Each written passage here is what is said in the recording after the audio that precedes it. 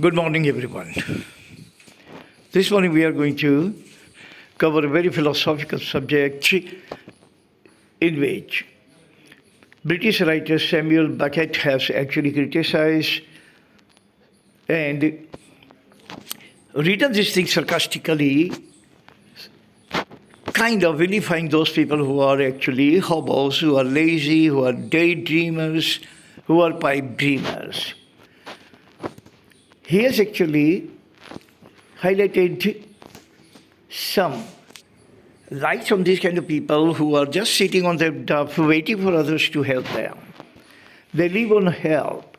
They're parasite type of people who never do anything but all their life they anticipate, they expect other people to give them some kind of handouts and they live on others' handouts. They always wait for Godot. Waiting for Godot means they're always all their life waiting and waiting for those people who can come and help them, show them some ways, make them successful, provide them opportunities. They're hobos. They're lazy, they're lethargic, they're absolutely slow to people who spend entire life on their duff, on their back doing nothing. They're lying down and they're waiting for the Godot. Means they have been always waiting that God is going to send someone, some patron, some person who is going to shower charity on them. Some person will come and feed them on the silver platter. Some person will come and make them rich. They don't want to be rich by themselves, but they want to be rich by the efforts of others. They're all hobo, beggars. They're all panhandlers.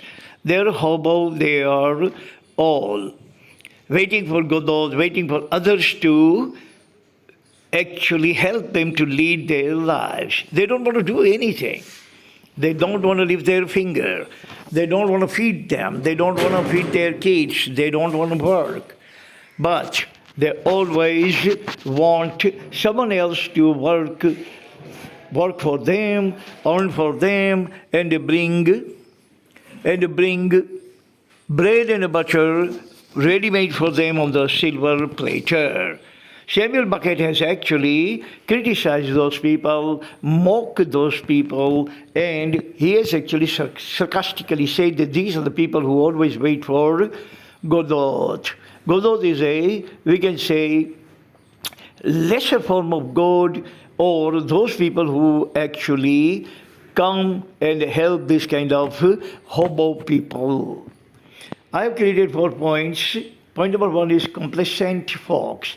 Always await for opportunities. Those people who are complacent with their condition, complacent poor, as C.K. Prahalad said, complacent poor are those people who just stay at home, do nothing, don't go out, don't look for any kind of opportunity, don't move their mind or muscle, and they are actually ridden in the bed all the time and hoping and wishing to God and Godot to come to their rescue. These kind of people are known as hobo. They are always waiting for opportunities for their lives from other people. They don't want to get up, they don't want to go out, they don't want to move about and look for any kind of opportunities because they're too lazy, too slow, and too lethargic. Point number 2 is hobos always anticipate others to do their jobs. They're waiting for the Godot. They're hobo people and waiting for Godot means someone in their life would materialize, appear, and come to their rescue. That other people is going to come and wipe out their poverty, wipe out their needs, fulfill their needs, and give them every single thing on the silver platter for them to survive. They are hobos. They are lethargic. They are beggars. They are always seeking handouts from others. They don't look for opportunity, but they look for these kind of people who can bring them opportunity. They don't look for the work, but look for those people who work and bring them bacon. They want bread and butter from others. They don't want to earn bread and butter, but they want bread and butter from others on their silver platter. They're parasite people. They survive but survive on others.